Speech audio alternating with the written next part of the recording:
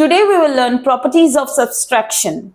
Our first property is when a number is subtracted from itself, the difference obtained is 0.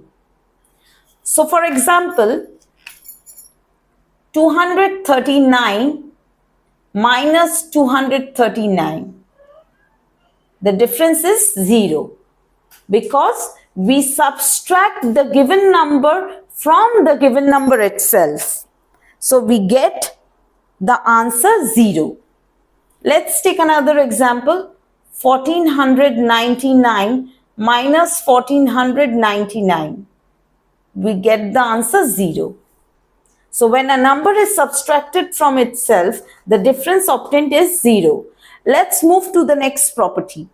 When 0 is subtracted from a number, the difference is the number itself.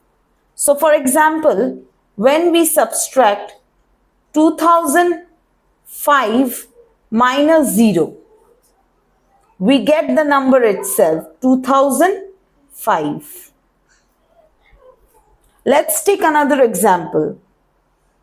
947 minus 0 is equal to 947.